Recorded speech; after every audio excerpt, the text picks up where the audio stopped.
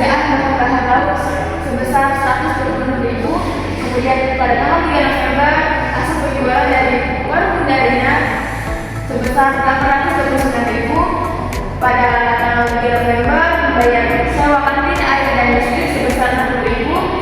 Pada tanggal 3 November beli gas LPG sebesar 22.000. Pada tanggal 3 November warung Bundarinya membeli pegawai harian sebesar 90.000.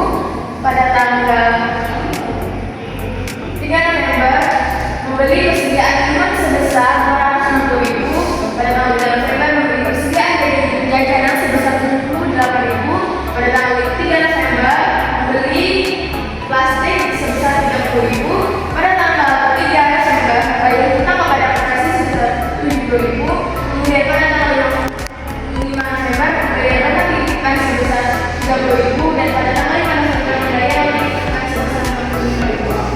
Oke, dan selanjutnya tahun kedua itu pada tanggal 9 November 2025 membeli papan akrilik UV sebesar 35.000. Pada tanggal 20 November membeli sendok sebanyak 3 butir papan warung sebesar 60.000. Dan minggu ketiga pada tanggal 17 November 2025 membeli 2 box plastik donat seharga 50.000. Pada tanggal 20 November 2025 membeli nasi dan lauk secara kredit kepada pelanggan sebesar 17.000.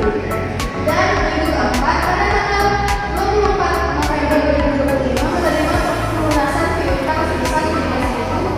Pada tanggal 27 November 2025 pelanggan membeli nasi dan lauk sebesar 15.000. Dan lanjut ke minggu kelima itu pada tanggal 3 Desember membayar setengah untuk pelanggan kredit sebesar 75.000. Pada tanggal 5 Desember 2025 membeli gelas sebanyak 1 butir sebesar 12.000. Dan lanjut minggu ke-6 pada tanggal 8 Desember 2025 hasil penjualan minuman sebesar 320.000. Pada tanggal 12 Desember 2025 membeli 1 CPI sebesar 10.000.